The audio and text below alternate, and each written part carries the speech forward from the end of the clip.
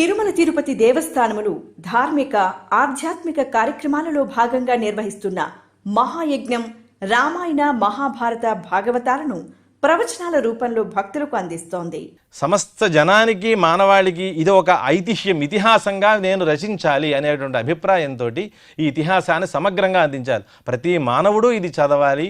ఇది చదవడం ద్వారా మొత్తం వాడిలో ఉండేటువంటి అన్ని విషయములు, అన్ని మార్పులు జరగాలి. ఏ విధంగా అయితే మహాభారతంలో దుర్యోధనాదులు ఏ విధంగా అయితే వాళ్ళు ఉపదేశములన్నీ విడిచిపెట్టి, ఇతర మార్గములన్నీ విడిచిపెట్టి, ధర్మ మార్గాల్ని విడిచిపెట్టి ఏ రకంగా అయితే అధర్మ మార్గంలో వాళ్ళు సంచరించారో ఆ మార్గంలో సంచరించడం ద్వారా వాళ్ళు ఎంత నష్టపోయారు, ఆ విధ వృత్తాంతములన్నీ చెప్పడం ద్వారా ఇహలోకంలో ఈ జన్మలో మనందరికీ కూడా ఉపదేశం చేసి మన్ని తరింపజేయడం కోసం వేదవ్యాస మహర్షి కంకణబద్ధుడై ఈ మహాభారతాన్ని రచించారు. ఇదంతా మనం గుర్తుపెట్టుకోవాల్సిన అంశము. ఈ మహాభారతం అంతా కూడా సమస్త ధర్మాల్ని బోధిస్తూ ఇహపర సాధనములైనటువంటి ఎన్నో విషయాలను ఇందులో ఉద్యోగం అంటే ఉత్కృష్టమైన ప్రయత్నం ద్వారా వేదవ్యాస మహర్షి మనకు అందించారు.